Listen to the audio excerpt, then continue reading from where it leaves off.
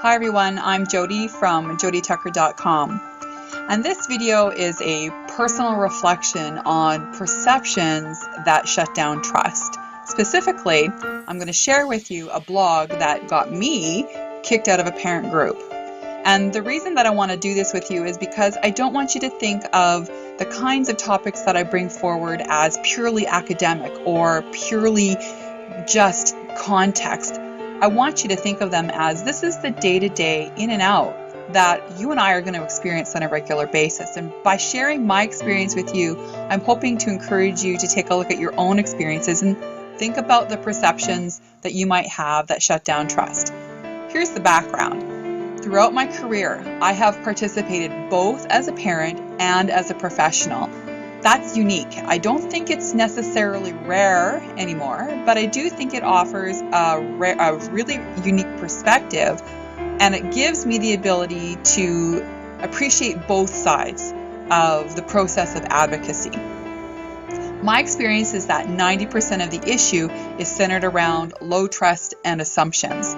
This has certainly been borne out in the research that I've been doing around inclusion and human rights, and we hear this kind of thing all the time from the leadership industry, from authors like Stephen Covey, John Maxwell, Patrick Lencioni, talking about the role of trust in terms of getting outcomes and high quality expectations met. So here's what happened. I wrote a blog reflecting on the issues that undermine the individual education process within the Ministry of Education. I engage this as a parent and as a professional. So there's the context. At the end of the blog, I provided my email address so people could contact me. And I posted it in several places. I put it on my Facebook page. It's inside of my professional website. I put it on my LinkedIn profile. I shared it in some personal messages with people. And I put it in this parent group that I feel a real kinship with in terms of I belong there as a parent.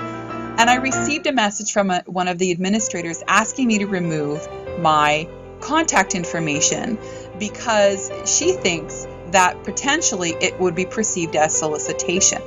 So here's how I handled that. I tried to correct her and to let her know that no, in fact, I just want to offer some way of legitimately connecting with people. I'm okay with people having my email address. I have no intentions of making money in this group. I know what this group is about. I'm being compliant. And I refused to remove it because I want something meaningful with other parents. I even suggested that perhaps the group might consider if there are professional parents that we could join together and offer some kind of service free for parents to be able to gain access to our professional skills in a really safe and meaningful way. And it's still perpetuated that the perception is I am soliciting for business.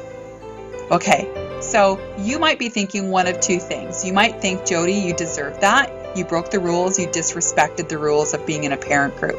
Or you might think, that's horrible. They should have let you do that. How could they not trust you? And I think this demonstrates exactly the day-to-day interaction that professionals are trying to navigate around engaging these perceptions and what should you do about it. It is the reality that faces the disability community on a regular basis, this perception of low trust. And it brings me to ask, how have we been brought so low that when authentic and transparent actions are devalued and rejected despite our best efforts? And I think we've come to the place where loyal dissension is no longer allowed. And that's a scary thing, that when we question the perceptions, we might be risking being given the boot. I know I certainly was, and that is exactly what happened to me. John Maxwell talks about this in his book, The 21 Irrefutable Laws of Leadership, as the law of sacrifice.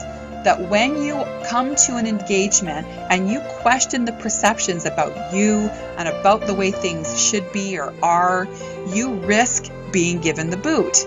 And I think that the idea of a professional who is being authentic and transparent has become, unfortunately, such a rarity that it is very hard to recognize it when it does actually happen. You're like a unicorn, a unicorn sighting. You can't possibly exist. And I think that what we need to consider is that if you're in that position of being legitimately offering authenticity and transparency, that you may not be received as such. This is a real on-the-ground issue. So I would ask you at the end of this video to think about, are you perpetuating perceptions that shut down trust? The first part of this, honestly, is to look inward. And that's what I'm going to be doing, looking inward. Did I do something to perpetuate this lack of trust or this perception of low trust between me and the other parents in the group? And I would put that out there to all the professionals that are in the field of working with families, working with parents, to do that self-reflection piece. Are you putting that lack of trust in the room? What are you doing to perpetuate that perception? I'd love for you to read my blog. I'd love to see what you think. The link will be at the end of this video. And of course, if you need any help or wanting any engagement around having a really high quality trust environment in the education industry, drop me a line. My email, I will give it here, jody@jodytucker.com. Thanks.